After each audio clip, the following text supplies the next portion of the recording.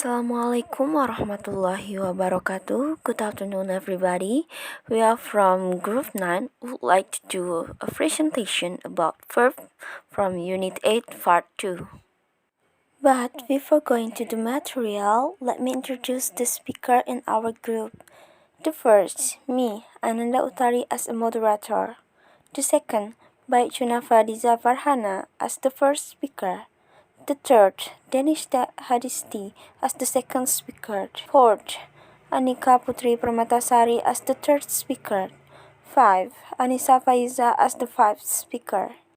Alright, for the first material, I would like to explain you about the definition of verb. Verbs have traditionally been defined as a word that show action or state of being. Verbs can also sometimes be recognized by their position in a sentence. Alright, so let's move to our next material. It's about exercise 6 to 7 will be presented by Junava. To Junapa Dizavarhana, times is yours. Exercise 6, number 5. Casimir refused to romanticize the freedom fighter as a heroic rebel, arguing instead that freedom fighters themselves are fulfilling their natural duty to liberate their country from an oppressive regime. Why the answer is used arguing? This is because in the first sentence said Casimir refused to romanticize freedom fighters as heroic rebels, such as a sentence of rejection, and rejection followed by arguments, not confession. If it is followed by a confession, it means that the sentence is a fact. While in that sentence someone's like to say the opposite, the meaning is still an opinion. So it is more appropriate to use arguing. Number 2, the answer is arguing, which is mean berdebat. And the meaning of this sentence is it is pointless to argue that these issues will go away in the immediate future because something must be done now. Exercise 7, number 2. However, we did not include the samples. In fact, including them would have raised an overrepresentation of. If you use the word race, it means you need an object. And in this sentence said, however, we did not include the samples. In fact, including them would have raised an overrepresentation of. The sentence have objects, namely samples and them representing the so-called sample. So, because there is an object in the sentence, use rise. However, why is the answer using a rise with ed? Because the sentence is a future tense or future past tense that use verb to or verb to, and the sentence is considered regular. Therefore, is the answer use raise with ed. Number 4. Inflation could have risen to 12% if the central bank had not intervened. Here it said inflation. Inflation usually has a curve. Because this sentence deals with curve, it is more appropriate for the answer to use reason.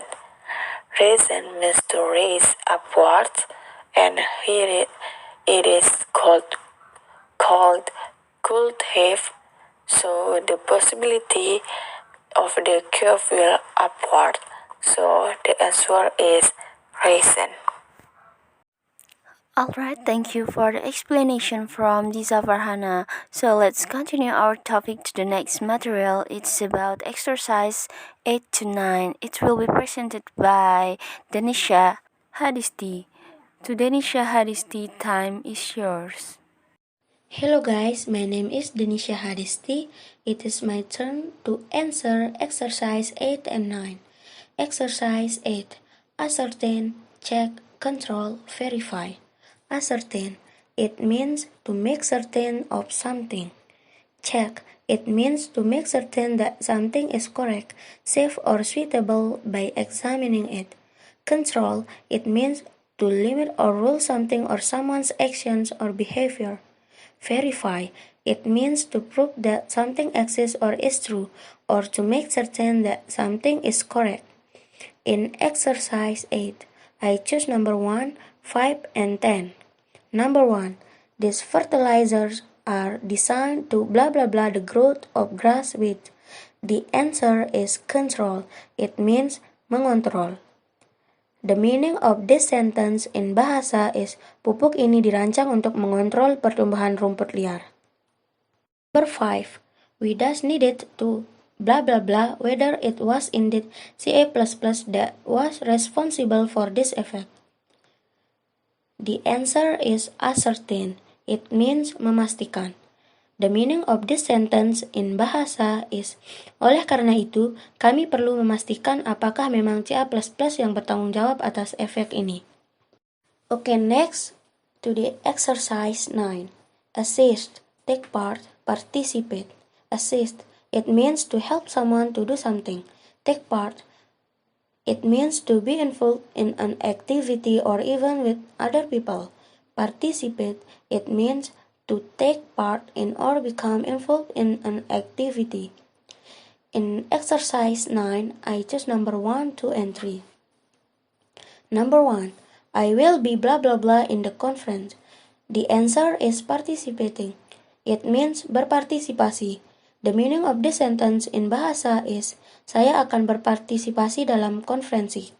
Number 2. Who will be blah blah blah me in the laboratory? The answer is assisting. It means membantu. The meaning of this sentence in bahasa is, siapa yang akan membantu saya di laboratorium? That's all for me. Thanks for your attention. Alright, thank you for explanation from Denisha. Let's continue our material to the next material. It will be presented by Anika Putri Permatasari. It's about exercise 10. To Anika Permatasari, time is yours. Hello, I'm Anika Putri Permatasari, and I will explain exercise part 10. Number 1. Although language expertise has been blah blah blah to be highest in bilingual children, it has never actually been proved. The answer is hypothesize. It means mengadakan hipotesa. The meaning of this sentence in bahasa is, meskipun keahlian bahasa telah dihipotesiskan sebagai yang tertinggi pada anak-anak di bahasa, hal itu tidak pernah benar-benar terbukti. Number 2. Students were informed that they were not blah blah blah to use a dictionary during the exam. However, many students nevertheless brought a dictionary with them as they had blah blah blah that the invigilators would not be strict. The answer are suppose and assumed. Suppose it means seharusnya, and assumed it means berasumsi. The meaning of this sentence in bahasa is, siswa diberitahu bahwa mereka tidak boleh atau tidak seharusnya menggunakan kamus selama ujian, namun banyak siswa yang tetap membawa kamus karena mereka berasumsi bahwa pengawas tidak akan ketat. The last number 3. In conclusion, in this paper it has been blah blah blah that the more money we have, the more we will be unhappy. The answer is supposed. The meaning of this sentence is, kesimpulannya, dalam makalah ini dikatakan bahwa semakin banyak uang yang kita miliki, semakin kita tidak bahagia. Alright then, let's move on to the next material. Alright, that's the material from Anika Putri Permatasari. Let's continue our material to the next. It will presented by Anissa Faiza.